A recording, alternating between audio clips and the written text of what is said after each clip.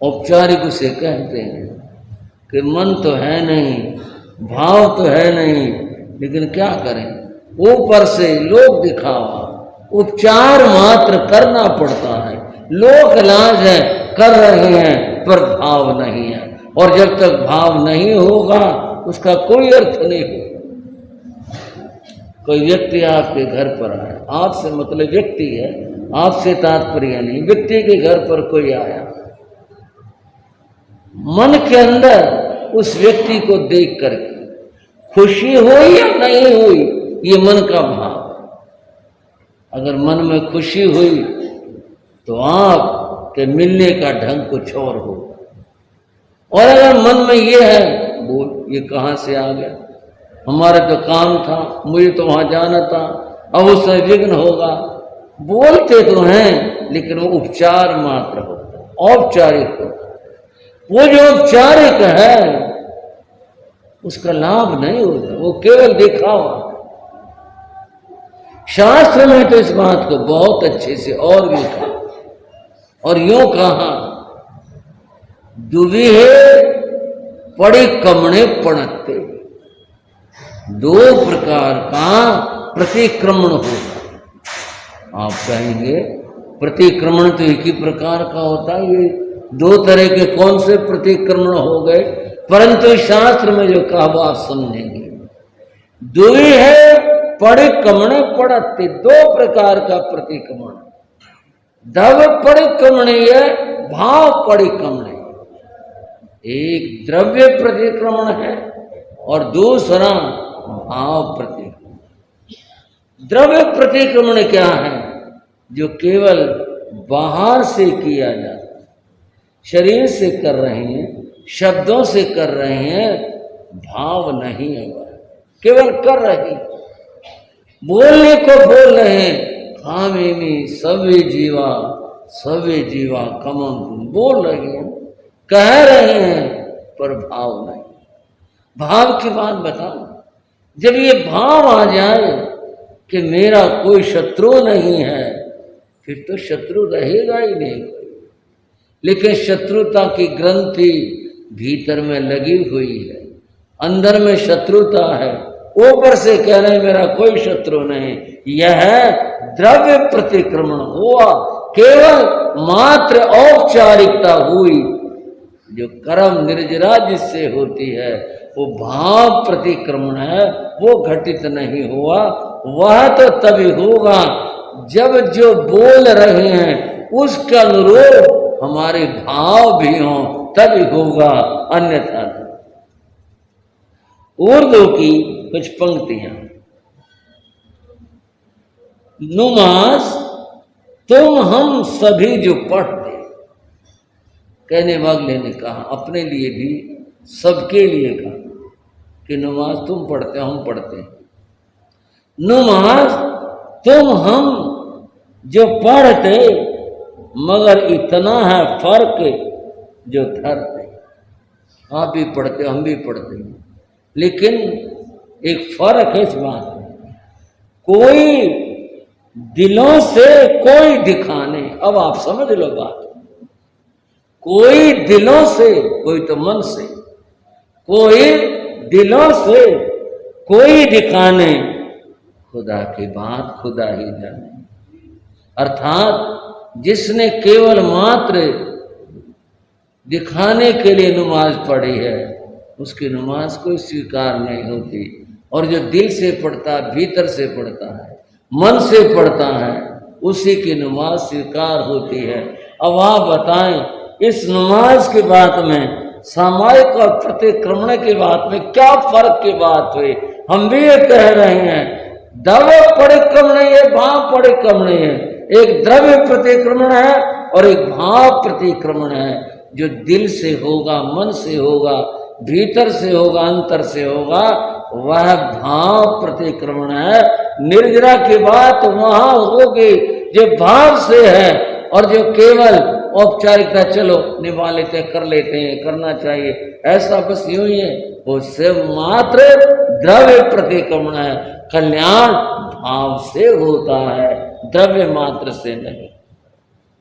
पर इतना है द्रव्य का अपना कुछ महत्व है, पर भावों की बात तो भावों की ही है।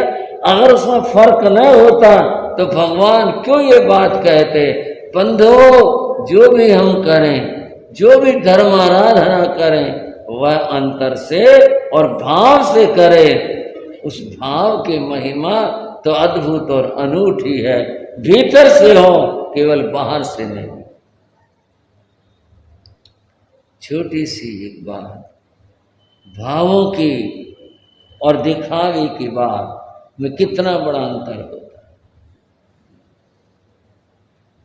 कहीं किसी जगह, किसी इलाके में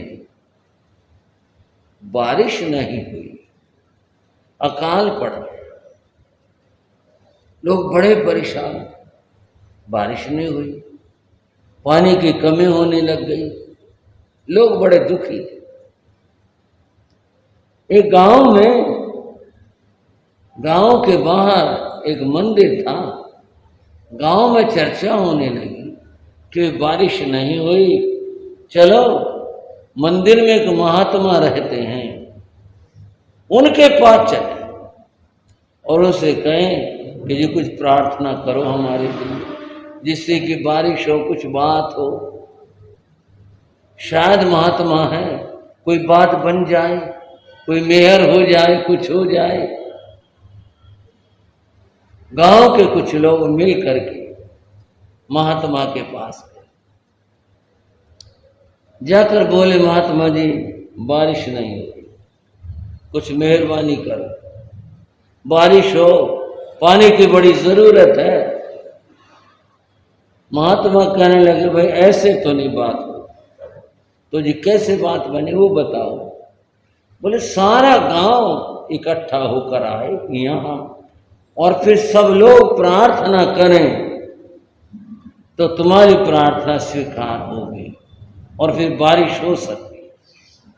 सारे लोगों में कोई तो ऐसा होगा जिसकी सच्ची प्रार्थना होगी, तो सब लोग आए मिल करके और प्रार्थना करें।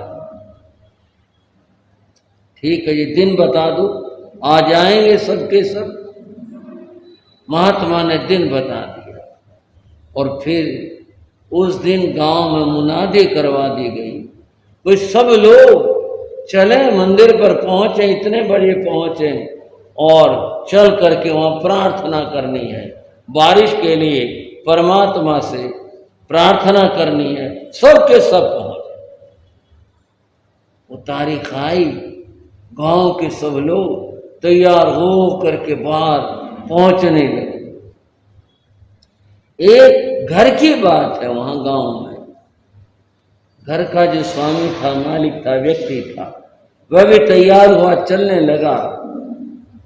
उसका एक छोटा बच्चा था। छोटा बच्चा अपने पिता से बोला, पिताजी कहाँ जा रहे हैं?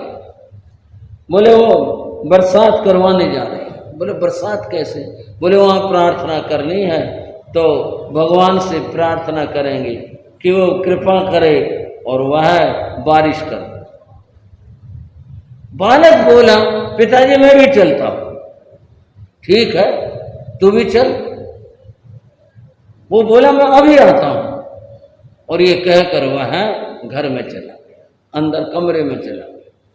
उसने कुछ देर कर दी, पितना मारा, अरे चलना है या नहीं चलना है? फिर मैं जा रहा हूं, आया, बोले जब भी आता हूं मैं, अंदर से बोला। और थोड़ी सी देर के बाद अंदर से वो आया, एक छाता लेकर आया, छतरी लेकर गया।